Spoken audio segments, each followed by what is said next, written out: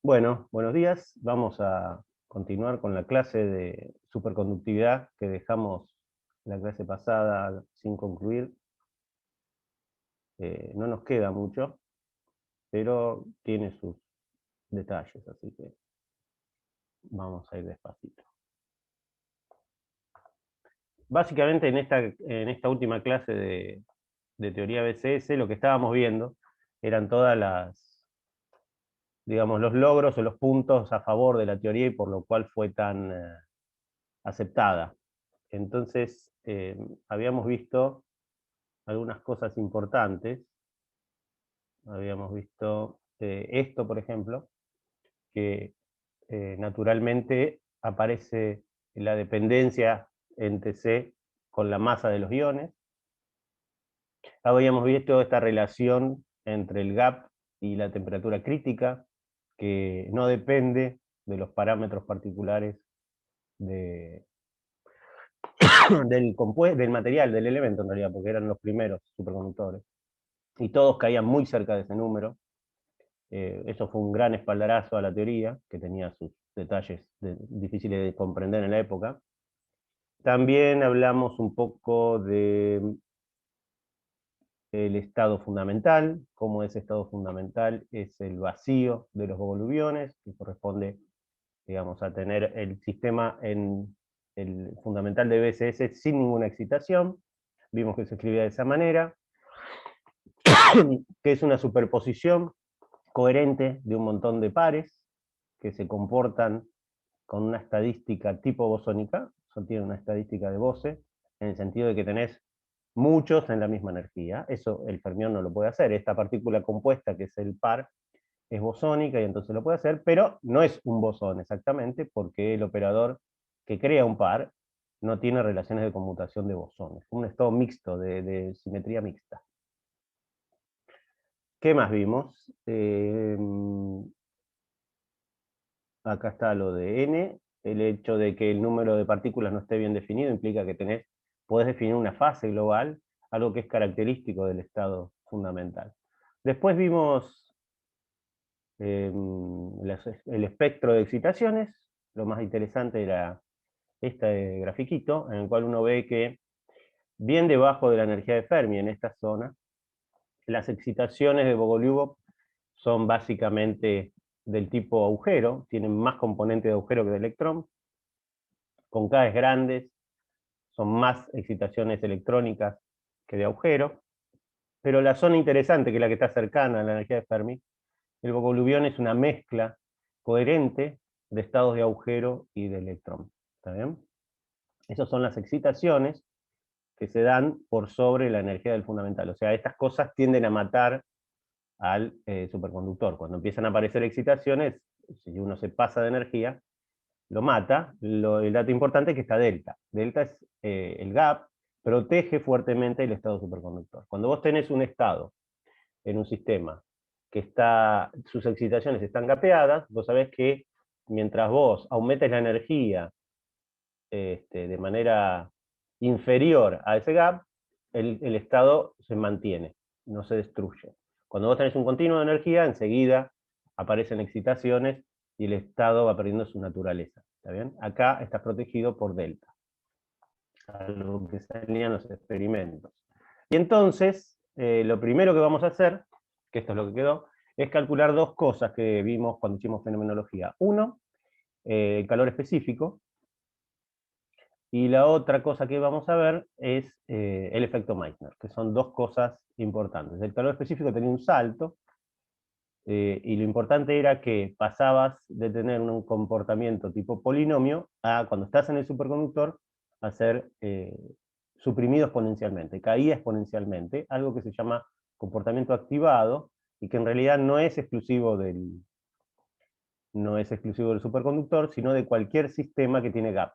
¿Está bien? Cuando vos tenés un gap, lo que sucede es que tu calor específico cae exponencialmente. Eso tiene que ver con que no tenés grados de libertad activados.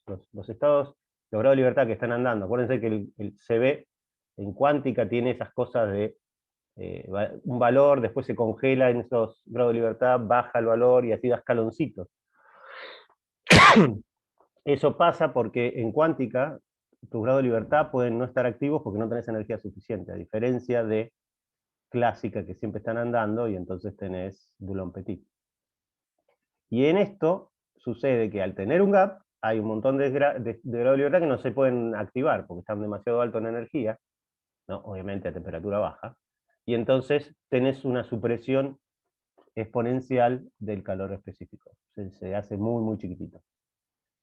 ¿Cómo lo calculamos? Bueno, uno podría calcularlo directamente tomando la derivada de la energía. El problema con la energía es que la energía es cero, la energía es cero que teníamos por algún lado, esta que está acá, esta energía es cero, depende de la temperatura de manera implícita a través de delta. Entonces, al hacer la derivada de la energía respecto a la temperatura es un lío, porque tenés que derivar también la delta y demás. Entonces, hay una manera más inteligente de hacer eso, que tiene que ver con que los bogoliubiones no dejan de ser fermiones y aparte son libres, porque el hamiltoniano es diagonal en los bogoliubiones. Entonces uno puede escribir la entropía que vio en teórica 3, ¿está bien? Directamente de un sistema de fermiones, que es eso que está ahí. La única diferencia, o el único dato importante ahora es que la función de Fermi es la función de Fermi en la energía de los bogoliubiones, ¿está bien? Una vez que tengo eso, que es un dato que uno aprende en teórica 3, cómo escribirlo, el calor específico sale por definición, ¿está bien? O sea, hay que tomar la derivada y demás.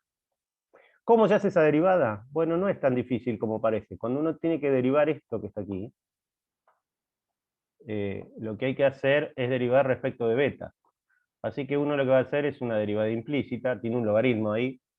Primero deriva f acá, deriva este f por el logaritmo sin derivar y así va haciendo. No es muy complicado. Y lo que obtiene es esto que está aquí. ¿Está bien? Entonces, uno deriva, le queda la derivada por el logaritmo sin derivar, la derivada del logaritmo, que hace 1 sobre eso, entonces eso da un 1, porque estaba multiplicado antes. Fíjense, si yo acá derivo el logaritmo, me da 1, menos 1 sobre 1 menos f, que se simplifica con ese 1 menos f. Esos son los unos que aparecen. Y por supuesto, después sigue la regla de la cadena y tengo que derivar este. ¿Está bien? Pero lo primero que me voy a sacar del medio es ese corchete. Ese corchete es muy fácil porque los unos se cancelan y me queda el logaritmo de f dividido 1 menos f. Lo puedo poner explícito. A f lo pongo por definición. A 1 menos f también. Eso de ahí se simplifica y el logaritmo me queda el logaritmo de e a la menos beta e de k. Y entonces sale un menos, sale un beta y sale un e de k. Fíjense que eso es muy fácil. Y ahora, en vez de derivar respecto de beta, voy a derivar respecto de la energía. Hay una regla de la cadena y aparece un número ahí. Nada que parezca muy difícil. A partir de acá se pone un poco más complicado y no lo voy a hacer porque no me interesa el resultado exacto. Eso está en los libros. Puse una bibliografía en la página de la materia. No estaba, yo lo agregué ayer. Hay varias lectures de superconductividad que pueden consultar y ahí hay más cuentas. Pero lo importante de esto, en realidad, es que vos podés hacer la cuenta haciendo alguna aproximación o lo que sea de esto que está ahí, pero lo que manda es esto que está acá. Tenés una derivada de la función de Fermi respecto de la energía. Y la derivada de la función de Fermi se parece mucho a una delta. ¿Está bien? Es una cosa muy picuda alrededor de la energía de Fermi. Fíjense que vos acá no tenés energía de Fermi, porque es la función de Fermi de E de K directamente, de E de K, que es el espectro que tiene los bogoliubiones. Es como que tu energía de Fermi vale 0. ¿Sí? No hay un error, no es beta E de K menos mu, no está en mu ahí. Entonces lo que yo tengo es esta derivada de la energía, de la derivada de la función de Fermi respecto a la energía, que me da algo muy, muy picudo, ¿no? Porque la energía de Fermi, perdón, la distribución de Fermi es como un escalón, así que la derivada tiene una delta donde está el salto. Eso quiere decir que si vos estás corrido KT de 0, que es el ancho típico de ese pico, Eso está suprimido exponencialmente, ¿no? Porque vos tenías, la función es un escalón, la derivada es una cosa deltosa, y el ancho que tiene esa deltosa es kt. Cualquier energía que esté más allá de kt, eso vale cero. ¿Está bien? Esta derivada que está acá, vale cero. Exponencialmente chica, si querés. La derivada te queda una exponencial dividido e a la beta e de k más 1 al cuadrado, ¿no? Es una derivada que pueden hacer ustedes. Pero lo importante es lo intuitivo. Vos tenés tu función escalón, la derivada es una cosa muy deltosa, y el ancho de ese piquito es kt. Entonces, cualquier energía que esté corrida de ese pico está suprimida exponencialmente. ¿Y quién hace que eso sea lo que manda? El gap.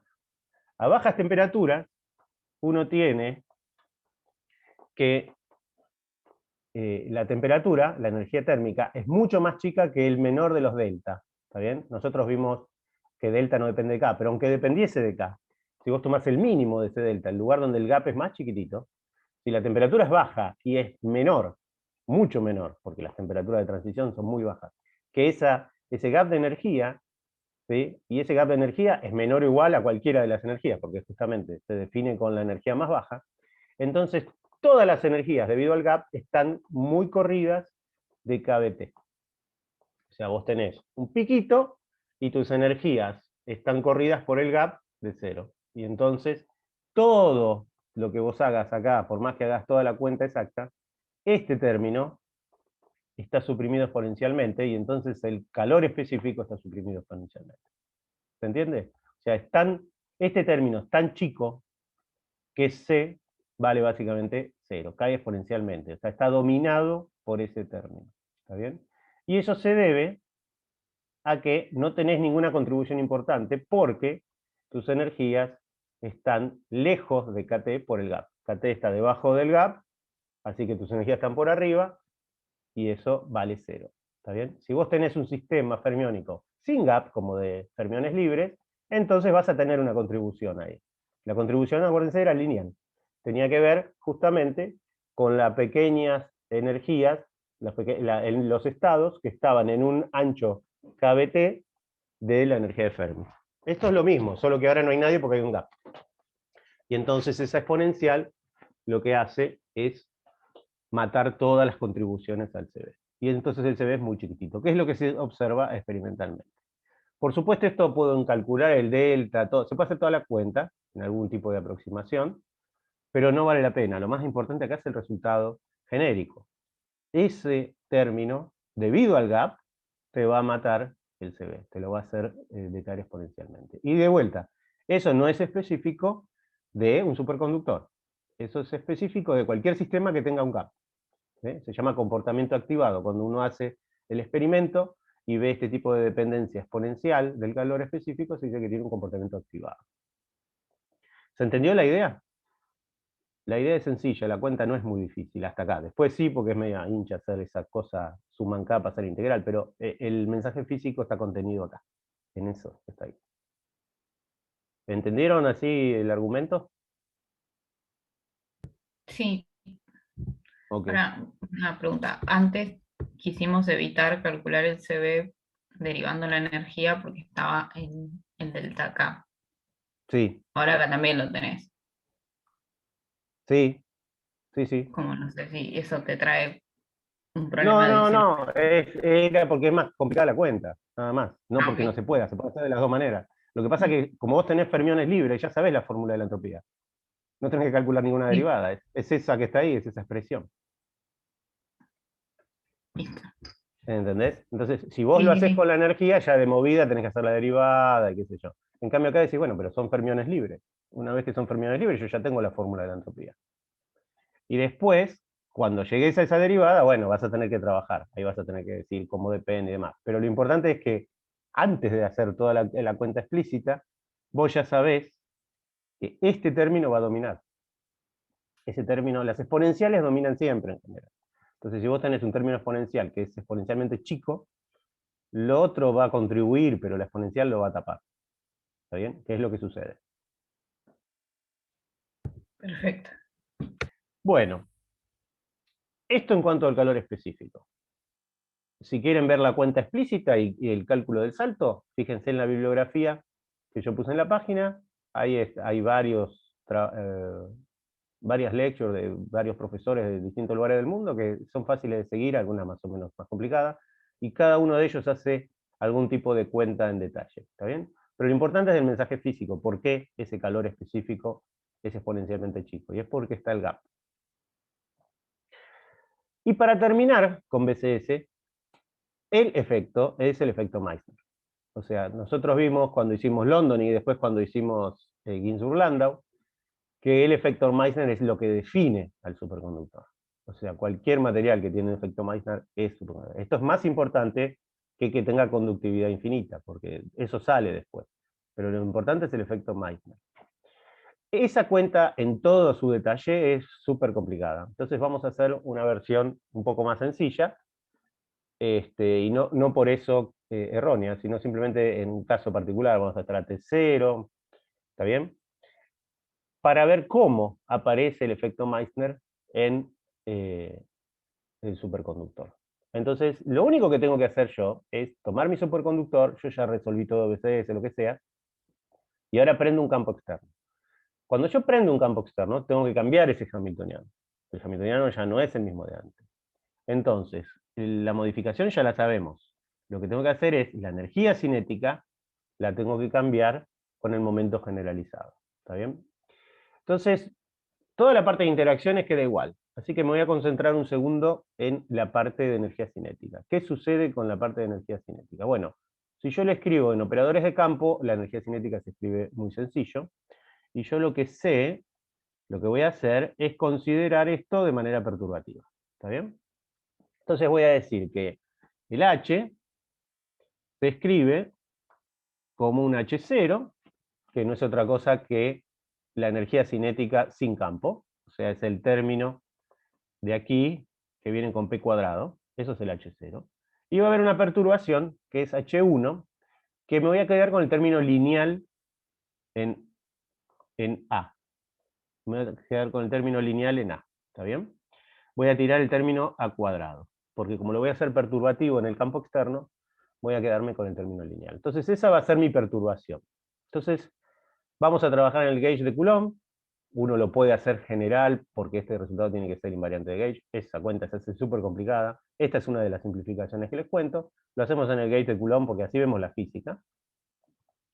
Y lo que queda es ese término, a orden lineal en A.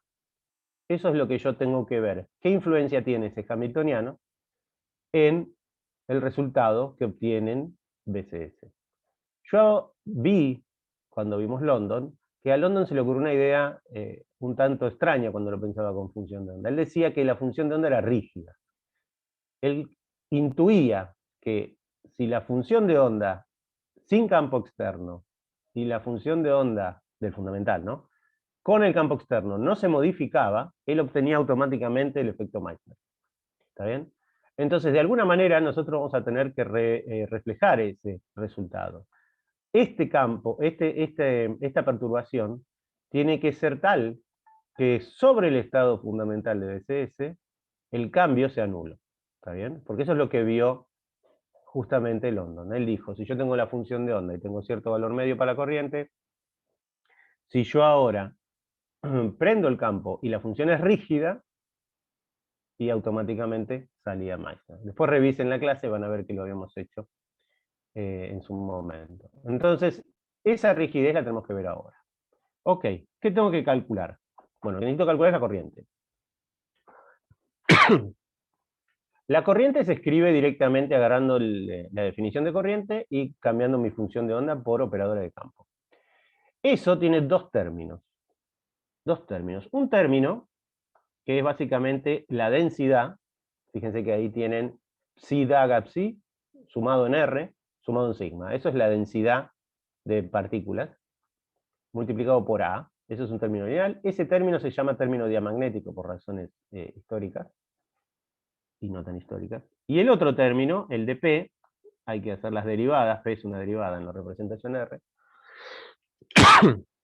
que se parece mucho a la corriente que uno ve en cuántica, es la corriente que uno ve en cuántica multiplicada por E, que es el término paramagnético. ¿Está bien? Entonces, tengo que evaluar esta corriente, ambos términos, en el fundamental. Muy bien.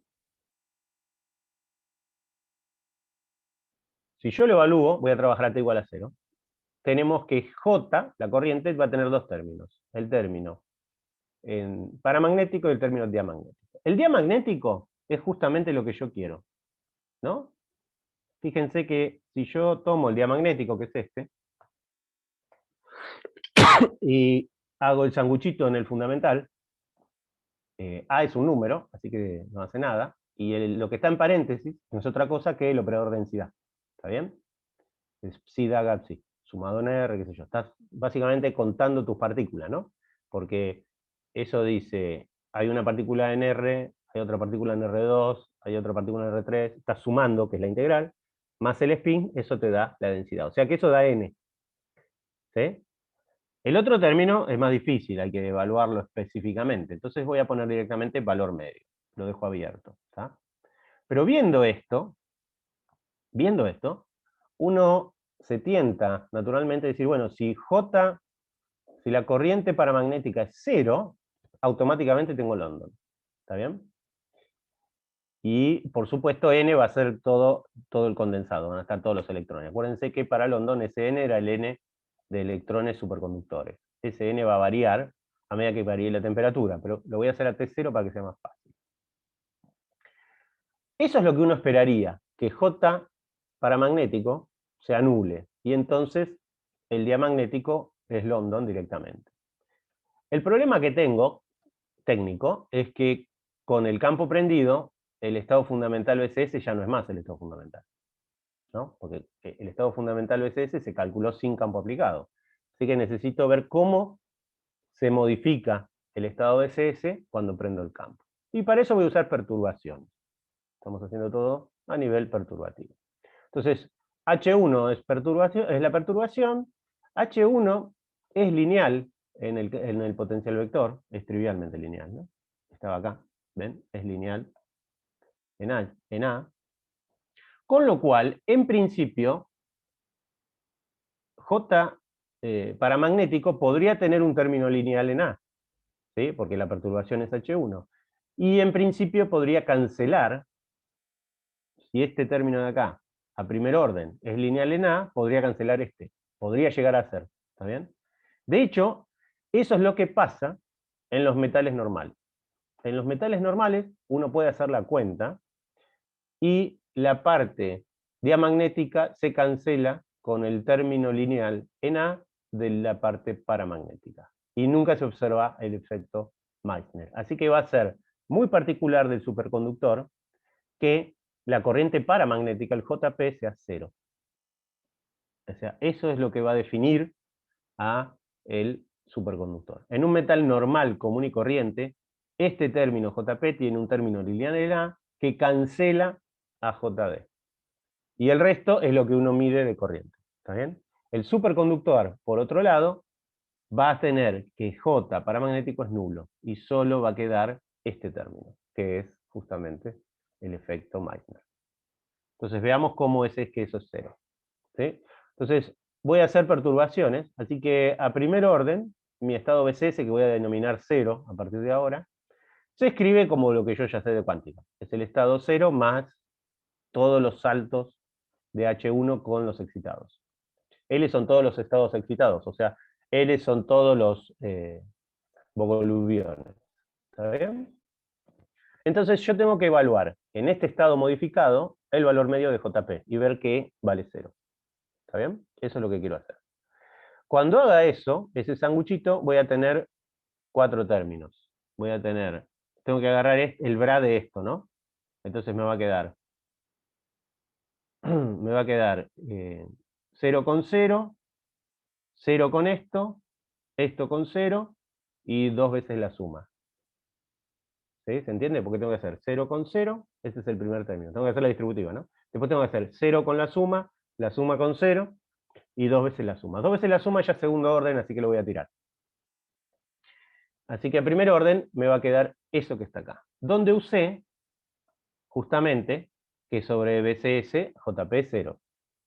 no hay campo aplicado, así que eso es 0. Se puede hacer explícita la cuenta, pero yo sé que hice todo mi cálculo sin campo, así que eso tiene que valer 0. La J es proporcional al campo vector. Entonces lo que tengo que calcular es esto que está acá. ¿Sí? Y tengo dos cosas para calcular, J y el H. Y lo que voy a ver es que J no importa, no hace falta matarse calculando. Lo importante acá es la perturbación, es H. Así que lo que voy a ver son mis elementos de matriz de H1. Ok, entonces H1 era este. Para evaluar esos elementos de matriz es más cómodo trabajar en momentos. ¿Está bien? Entonces voy a transformar Fourier, el operador de campo, que se escribe así, voy a traer los C de vuelta, y voy a hacer un desarrollo de Fourier del campo vector. Ese que está ahí. ¿Está bien? Si yo pongo todo eso junto, me va a quedar que H1 se escribe así. Lo cual es razonable, porque era muy parecido a una densidad a esto que está acá. Entonces ese es mi campo H1. Ahora tengo que evaluar esto. Ahora ustedes me dirán, pero profe, está usando los C crean electrones, nosotros queremos trabajar con el superconductor. Bueno, sí, entonces ahora hay que hacer contacto, hay que escribir ese H1 de una manera más astuta. Y lo que voy a hacer es lo siguiente, quiero hacer contacto con BCS, entonces lo voy a escribir en función de los operadores de BCS. Entonces voy a tomar esta definición que está acá, ¿sí? Eso no es nada, es solo transformar Fourier. Y voy a escribir separados los spines up de los spines down. Ahí no hice nada más que agarrar la suma en sigma y hacer dos términos. Todos los spines up por un lado, todos los spines down por el otro. Y acá, en esta suma de atrás, redefiní los índices mudos de la suma y dije que K es igual a menos K' menos Q. Haciendo eso, menos K' menos Q, acá me queda menos K, acá me queda menos K' menos Q por definición, y ese K que está ahí se transforma en menos K' menos Q. El menos lo saqué factor común. Y ahora voy a usar algo del gauge. En el gauge de Coulomb, que estamos trabajando, que es divergencia de A0, el A es transversal. Entonces, cada componente Q de A, escalar Q, vale 0. ¿Está bien? Usando eso, uno llega a una forma más parecida a lo que uno tiene en superconductividad, que es eso que está ahí. Y ahora me voy a saltear un paso que es tedioso, pero que es directo. Tengo que agarrar esos C daga y esos C y escribirlo en función de los bogolubiones. Eso ya lo sabemos hacer, ¿no? Los C y los bogolubiones es una transformación lineal donde van a aparecer los U y las funciones U y las funciones B. Es álgebra, lo meto ahí, hago la distributiva y uso, para simplificarme la vida, algo importante. Yo voy a tomar el valor medio, ¿sí?, sobre los estados del superconductor. Y fíjense que siempre aparece el BCS, el 0. ¿Está bien? Siempre aparece el 0. Y lo que sabemos nosotros es que el 0, el estado BCS, es el vacío de los bogolubiones. Entonces, cada vez que aparezca un gamma, va a valer 0. ¿Sí? Porque va a actuar sobre el estado BCS y va a valer 0. Así que de toda esa distributiva que voy a hacer acá, solo me van a quedar los daga. Solo me van a quedar los daga. ¿Está bien? Por supuesto aparecen los U, los B y qué sé yo.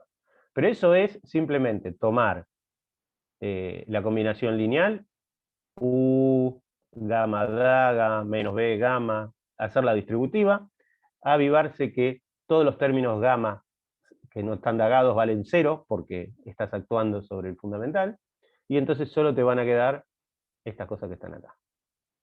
Y ahora tengo que evaluar el efecto Meissner. Hasta ahora hice todo desarrollo teórico en perturbaciones en un campo genérico, A, ¿está bien? En el gauge de Coulomb. Lo que yo sé de Meissner es que si yo tengo un campo uniforme, el campo se va, lo saco para afuera, ¿está bien? Tengo diamagnetismo perfecto. Para obtener campo uniforme, necesito que Q vaya a 0. ¿Sí? Pero si Q va a 0, que es el caso de campo uniforme, fíjense que claramente esos elementos de matriz se anulan. Y se anulan por algo muy sencillo, se anulan por este término que está acá. Fíjense que si Q es 0, me queda U de K, B de K, menos U de K, B de K. O sea, el término de Q igual a 0 es nulo. Es nulo. Ese elemento de matriz en el límite del campo uniforme es nulo. ¿Quién te podría dar problemas? Esto te podría dar problemas.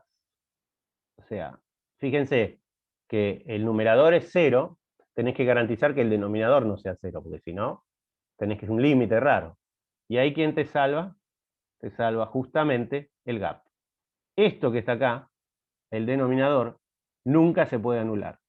No se puede anular porque los estados excitados están separados del fundamental por el gap.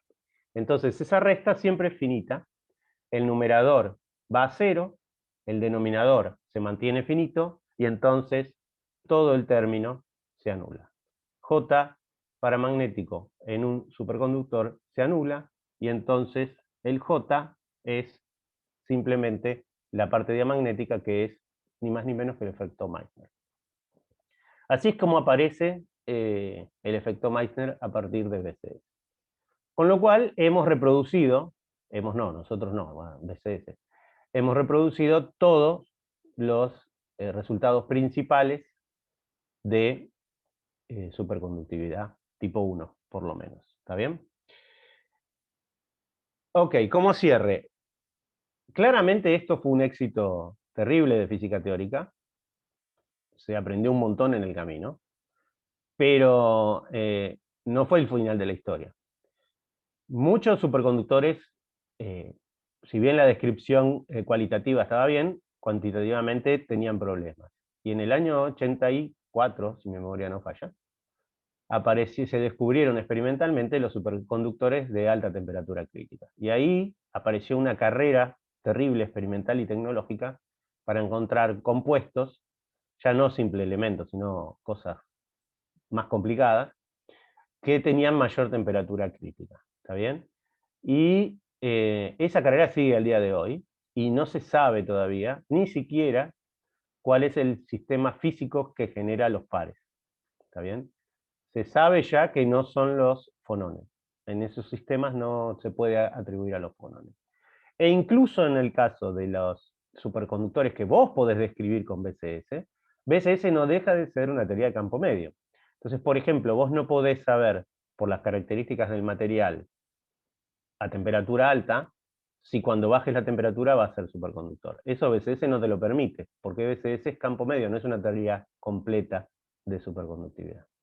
Por lo cual, el área de superconductividad es un área sumamente activa, especialmente tratándose de los nuevos superconductores, donde hay muchísima física dando vuelta.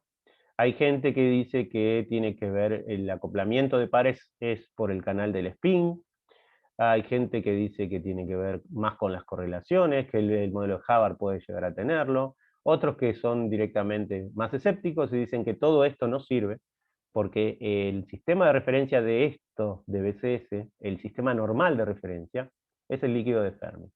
Y cerca de estos superconductores de alta temperatura crítica, los estados normales, los metales normales, entre comillas, no son líquidos de Fermi. Con lo cual dicen, vamos a tener que cambiar la cabeza y tratar de entender primero el estado normal de esos sistemas para después poder hacer el superconductor. En pocas palabras, hay para todos los gustos. Hay más teorías, que cada teórico tiene una teoría, así que hay mucho trabajo para hacer ahí. Después les voy a dejar un breve resumen de esa área. Hay uno de los teóricos que hizo como un resumen de las teorías que andan dando vuelta. Es bastante fácil de leer, no es pesado, y solo para que curioseen un poco qué cosas se andan diciendo. Bueno, eso en cuanto a superconductores. Acá termina todo lo que es lo que vamos a ver en la materia de superconductividad.